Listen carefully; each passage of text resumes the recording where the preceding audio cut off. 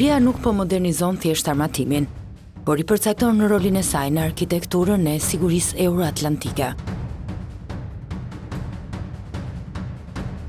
Nga një ushtri e modelit sovjetik, një forcë të integruar në sistemin kolektiv të NATO-s.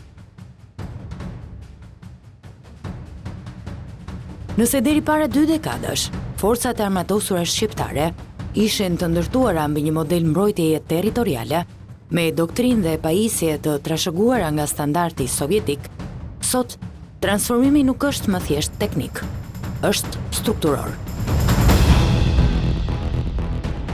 Procesi I modernizimit nuk kufizohet vetëm pajisje, por ai përfshin doktrinën, strukturën, kapitalin njerëzor, teknologjinë, infrastrukturën, në përputhje me standardet e NATO dhe objektivat kombëtare.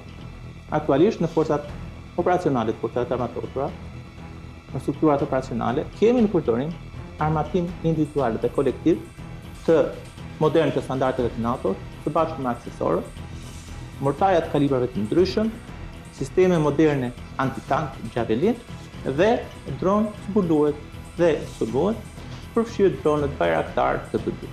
Por ndryshimi thelbësor qëndron te kapacitetet e artillerisë me rreze të zgjeruar.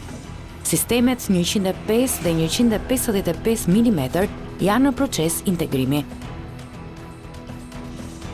Në projektim janë edhe sistemet raketore me lëvizshmëri të lartë si HIMARS, një platformë që zhvendos konceptin e përdorimit të forcës nga mbrojtje reaktive në deterrencë aktive.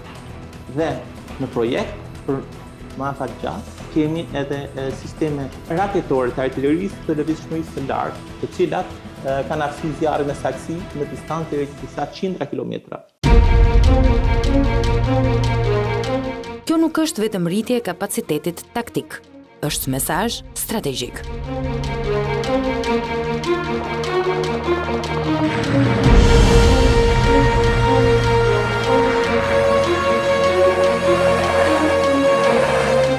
Hapësira ajrore shqiptare monitorohet nëpërmjet sistemit të integruar të aleancës, por arkitektura e re e sigurisë kërkon edhe kapacitete kombëtare.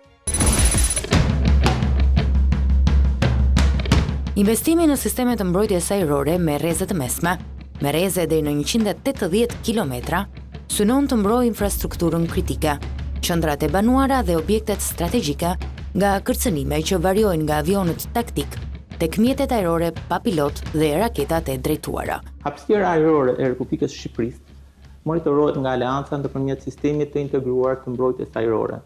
Po kështu edhe policimi ajror kryhet nga Aleanca dhe kjo nuk është e dedikuar vetëm për Shqipërinë, por është e dedikuar për hapësirën ajrore të Aleancës.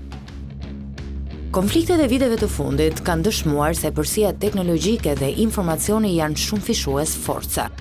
Për vende të vogla si Shqipëria, investimi në inteligjencë, zbulim, komunikime të sigurta dhe kapacitete kibernetike është më racional se sa një garë volumesh armatimi.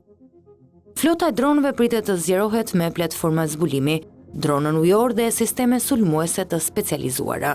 Në të njëjtën kohë, mbrojtja kibernetike po trajtohet si komponent I sigurisë kombëtare për të garantuar integritetin e sistemeve të komandim kontrollit dhe mbrojtjen e informacionit të klasifikuar.